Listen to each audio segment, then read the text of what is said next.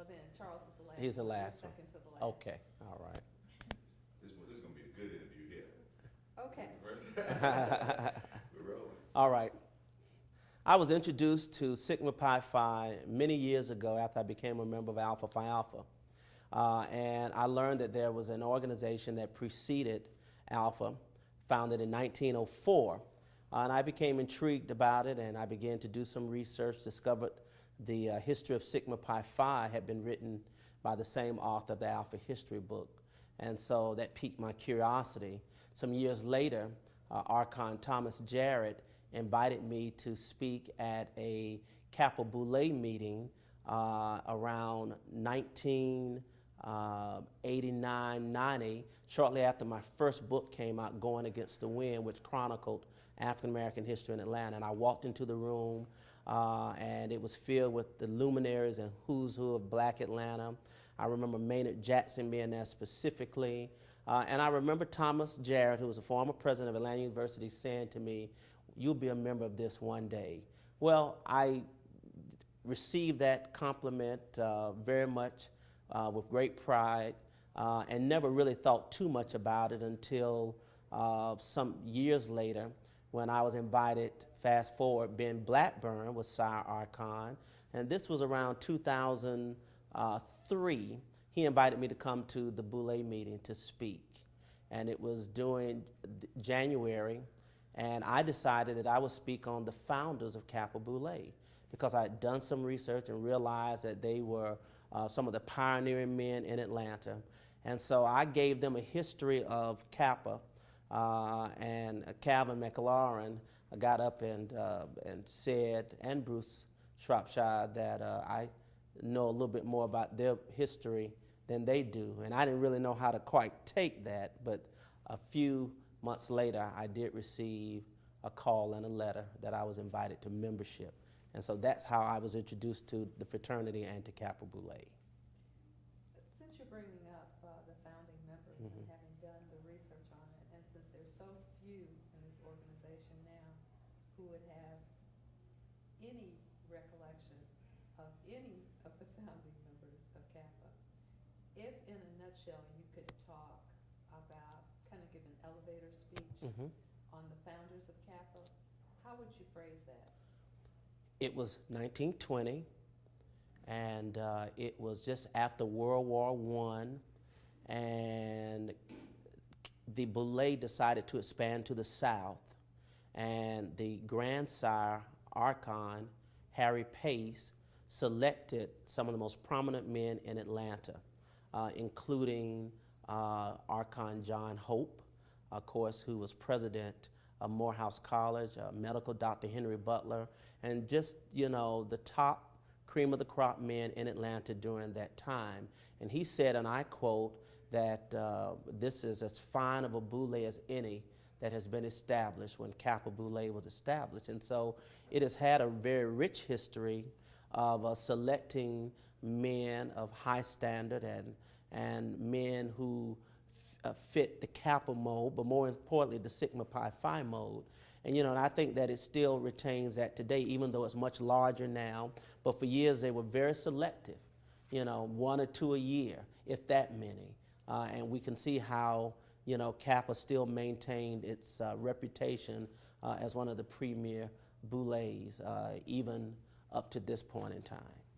So now that you're a member, Skip, Yes. what has that membership meant to you personally? Well, first, to have been invited to be a member was an extreme honor. I just really appreciate them thinking enough of me to be in the Boule, first. Secondly, it has meant for me an opportunity to meet some of the city's premier men, thinkers, philosophers, leaders, both civic and socially, and to fellowship with them, to travel to Grand Boules with them, and to see them in work. But more importantly, and I think this is the connecting thread, because as you know, as an Akusa, our mantra is getting to know the best of one another. And so that's what the Boule is, and that's what set it apart, or sets it apart from some of the other organizations. We have had some stellar leaders. I've observed about 4 Sire Archons in Kappa since I've been here, and they have led magnificently as we move Kappa. And the thing about it is that even though we're social, the commitment to social action, the Succeed with Creed program, where we work with middle school black men, middle school youth, and that was the first committee I was assigned to, and I chaired that for a number of years. I think it's a hallmark of it, because a lot of what happens behind the scene, most of the public does not see. They don't get an opportunity to see that we are very committed, both financially as well as our time and our resources, to ensuring that these young African American boys are nurtured through this program. So being a part of it means a greater level of commitment and service to young boys, but a great opportunity to fellowship with some of the finest men in Atlanta. Well, with this next question, I'm particularly interested in where you're going to take this, because being historians Yes. you are, is there any Archon who has been a member of Kappa, Okay. living or dead, Mm-hmm. that you are especially pleased to have gotten to know? So many, but I need to choose one. Yes, you do. Just give me a quick second. That's a tough one there. First one that comes to mind. First one that comes to mind. Mm-hmm.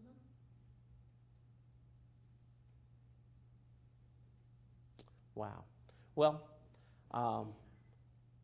Andy Young, Archon Young, man I've admired for a number of years and I've known, but somehow in this realm and in this circle, it has given me an opportunity to know him better and to become closer to him.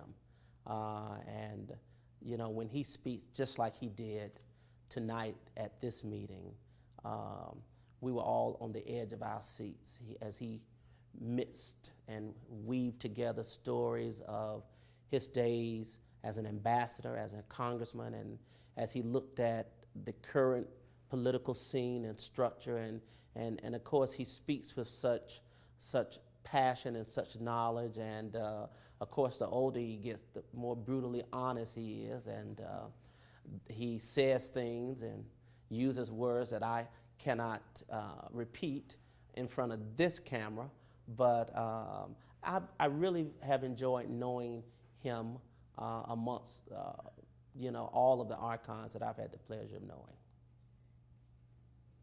That was my last actual question Yes. for you. Is there anything else that you would like to share? I would like to say that, and I want to just talk a minute about our current Sire Archon, Charles Johnson, who is, I call him a modern day Du Bois. I met Charles years ago through Leadership Atlanta, of course. We worked on some committees, but Charles is a very deep thinker, a profound speaker, and a thought processor, and he conveys for me a spirit of a time that has gone by in terms of his thoughts and his projections. When I see Charles, I think about his grandfather, Charles Spurgeon Johnson, first black president of Fisk University. I think about Du Bois, I think about E. Franklin Frazier, and that whole generation of scholars and intellectuals that we don't have too many of. Now, we have a lot of wise folks and a lot of knowledgeable folks and a lot of academicians, but we don't have a whole lot of intellectuals, which delves deeper into the thought process. And so I want to certainly commend our outgoing Sire Archon, Charles Johnson, for a splendid job of leadership in Kappa Boule. We were all excited about him taking office, and it's hard to believe that 2 years has passed now, and that he soon will be giving up. But he has set the bar, and certainly just really espoused, both on a national and in Kappa, that wonderful intellectual capacity that makes us all want to think deeper. I mean, just some of the issues that we've tackled during his term, some of the legal cases that Kappa has said that we need to speak out on. The Atlanta Board of Education debacle, okay? We talked about that. We sent letters. This case with the young man who had been convicted in North Georgia, Janalo Wilson, you know, and so Kappa has been, you know, one of the leading social organizations. People would say, well, we don't expect this of the Boulay, but absolutely. Kappa Boulay has put itself out there, and the expectations are high. So when I read the letter that went to the Board of Education tonight, I said, this is truly Kappa Boulay, and very much a credit to the leadership of our outgoing Sire Archon, Charles Johnson. Brilliant. I'm obviously biased, so I can't say anything on tape. Well, But thank you so much. oh, absolutely. No, this is the truth. Yeah. Thank you. Okay. All right.